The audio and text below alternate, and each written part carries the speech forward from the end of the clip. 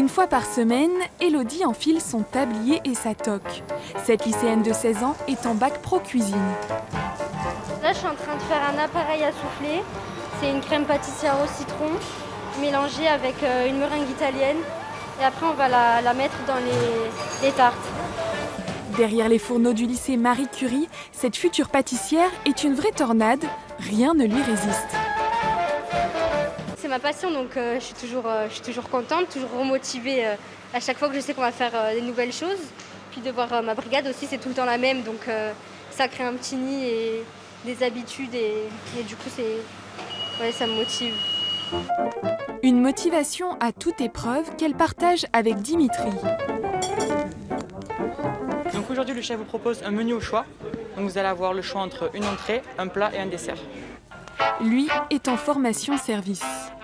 4 dorades, 2 citrons, 2 Paris-Brest. J'aime beaucoup le contact avec les gens.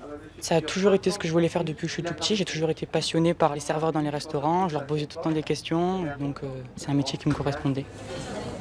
Derrière les masques, les sourires s'esquissent, certainement pour cacher quelques angoisses. Ici, le Covid a bousculé la formation de ces jeunes, à commencer par le restaurant d'application où les clients ont été remplacés par des enseignants et des élèves. C'est moins stressant déjà que la clientèle, la vraie.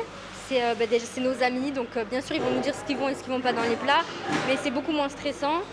Oui, on garde toujours cette motivation entre guillemets, mais non, c'est la même chose. Un peu moins stressant, mais sinon c'est pareil.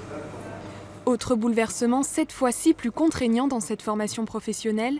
Depuis mars dernier, les jeunes n'ont pas pu effectuer de stage en entreprise. Les cours en milieu scolaire et en entreprise, c'est pas la même chose. Et c'est vrai que le milieu professionnel apporte énormément beaucoup plus de choses qu'on peut leur apporter en milieu scolaire, notamment la rapidité, la répétition des tâches, tout ça, c'est plus intéressant pour eux. Puis c'est un autre contact. Pour ces futurs professionnels de la restauration, difficile de se projeter dans un secteur touché de plein fouet par la crise sanitaire. C'est imprévisible, on ne peut pas prévoir ce qui peut se passer, mais c'est vrai qu'on envisage, mais on essaie de rester positif. Mais c'est vrai qu'il y a une crainte qu'on soit reconfiné, qu'on rentre tous chez nous, qu'on ne puisse plus rien faire, pas nos stages. Donc c'est vrai, oui, il y a une crainte.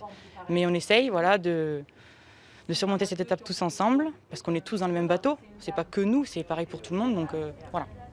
Dans cette brigade de 30 jeunes, l'espoir d'un retour à la normale est encore loin. La réouverture des restaurants espérée pour le 20 janvier est en passe d'être reportée.